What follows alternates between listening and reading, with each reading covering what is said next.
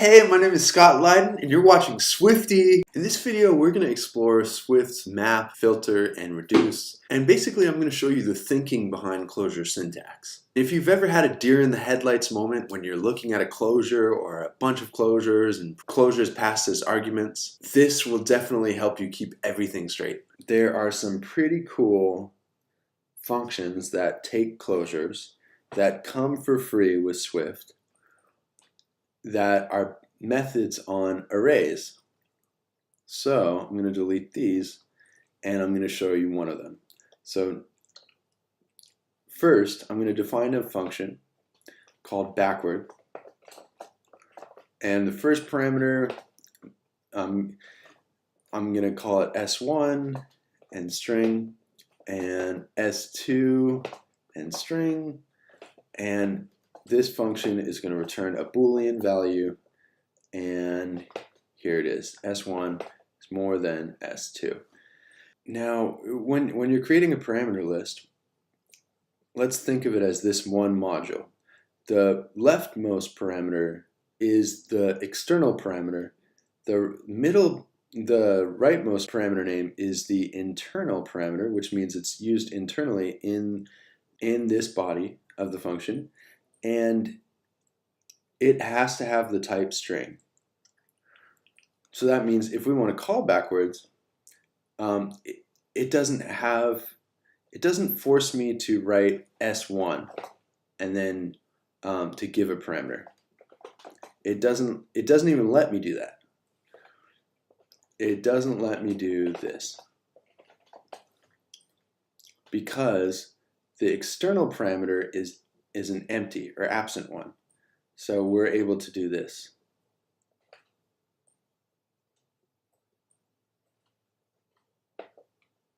And then this should say true or false, false. The reason why that is because D maps to a higher number in the alphabet. So A, B, C, D. D comes after C. So if we change it to A, it should be true.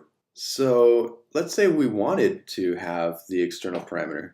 All we have to do is take off the absent external parameter, and then we are back to being able to use the external ones given. Oops, there we go. That should compile. All right, cool. Let's keep it out. Okay, so we created the function called backwards, and then we're gonna take that array that we have and call a method on it called sorted, which will return an array of the sorted values. And so we must give it a closure type that takes two strings and returns a Boolean value. So backwards. So we're going to put in backwards. Or backwards.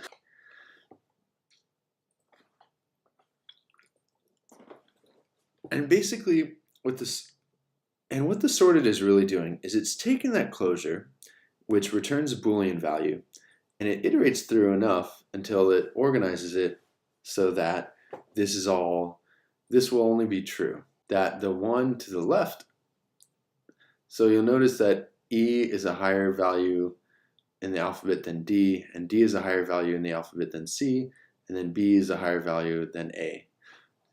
A, B, C, D, E. So it took this and basically said, if the one on the left is higher value than the one on the right, don't swap it. And then it kept going through. And if it's lower, then swap it. That's why Alex swapped to be on the other side of Iwa. So Alex is here, and it moved all the way over here, and then Iwa's moved all the way over here. So it goes through and applies that logic. Now, one other option is to change it to sort. Now, sort does it in place. Okay, so we did all this stuff in basically 4 lines. There are really 3 executed lines, but essentially 1, 2, 3, 4 lines.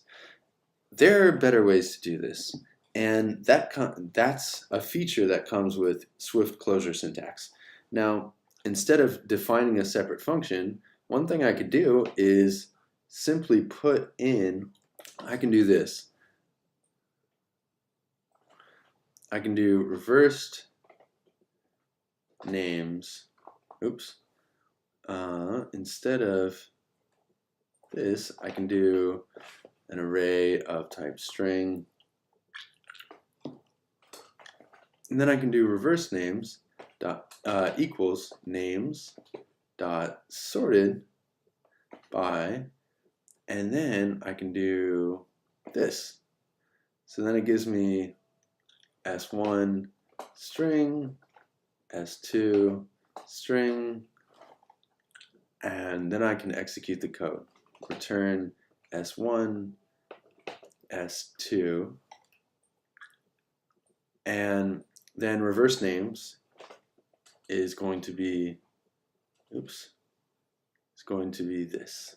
All right, so this has the problem where there's a parentheses here, there's a curly brace here, there's a parentheses here, and then there's a curly brace and a parentheses just kind of like hanging out after all the code. So that's kind of painful to look at.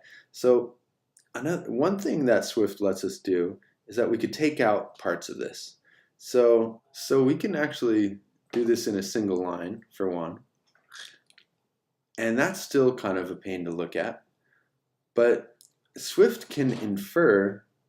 Swift has type inference, so that means that it can infer different types based on context that's given to it. So instead of having to write string here and string here, it knows that this is going to be a string, so because strings are in this array, that all you have to do is this. You can take these out like that, and then you don't have to actually include this return bool. You could take that out, and we'll take that right, put that right there. Okay, cool. So now the types have been inferred, and this is a lot simpler. We know that it returns a bool because the sorted function returns a bool, and also this is a bool. This return is a bool, so we don't need to tell it that it's a bool. It infers the type by the context. So also, because there's not many statements happening after the in and before the return, it can infer that whatever you have to the right of the in would be the return. So we can even take out the return. Now there's a shorthand.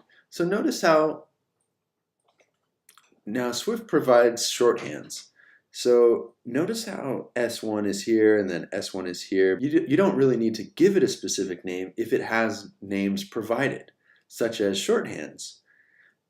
And that means that you can actually take these out and take out in and just have the shorthands, which are $0 and they're reserved shorthands, so, and $1.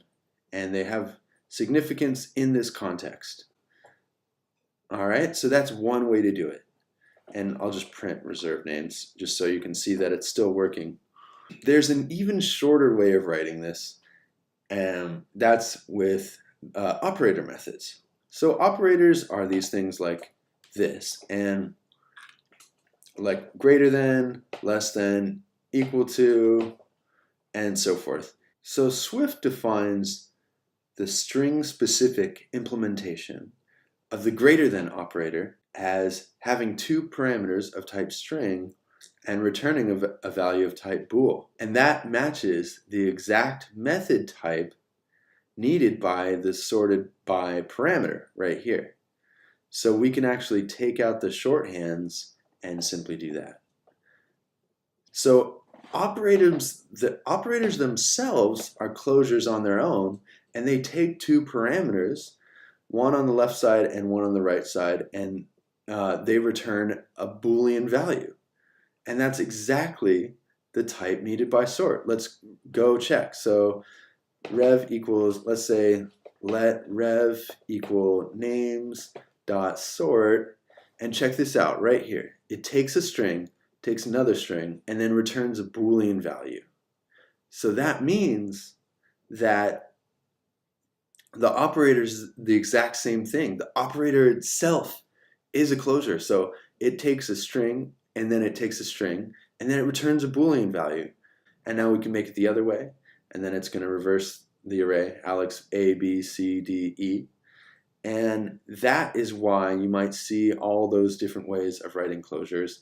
It's best to write it as simply as you can and learn how closures work so that you can read them. And this is so much cleaner than the four lines we had earlier.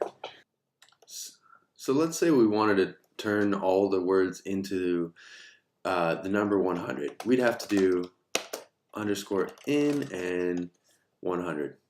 We can't just do this because it needs to infer the type of parameters that the closure takes. And it has to at least take one parameter. And that's why you can use the shorthand like that, and then it'll do nothing to the array. It'll just convert it to itself, basically. It doesn't require us to do this for this one because the shorthand implies that there are parameters passed in. So map modifies the items in the array. Sorted rearranges the array to make it sorted to meet the condition. And map returns the modified value from each of the items in the array. And there are a couple others. So we could do var all names in one equals names dot reduce, and that'll be an empty string, and we're just going to do this.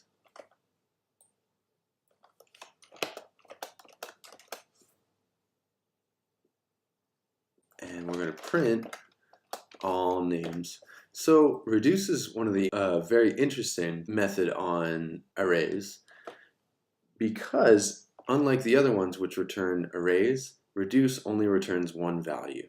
So as you can see, if we alt click or option click, the type of this is just a string. It's not an array of strings like the others. So I'm going to option click on this, get an array of strings. Option click on this, it's an array of strings. And it doesn't have to be strings. These can be an array of numbers.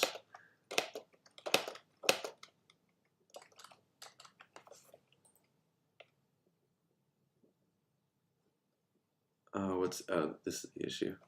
So if it's numbers, then we have to have that start with 0.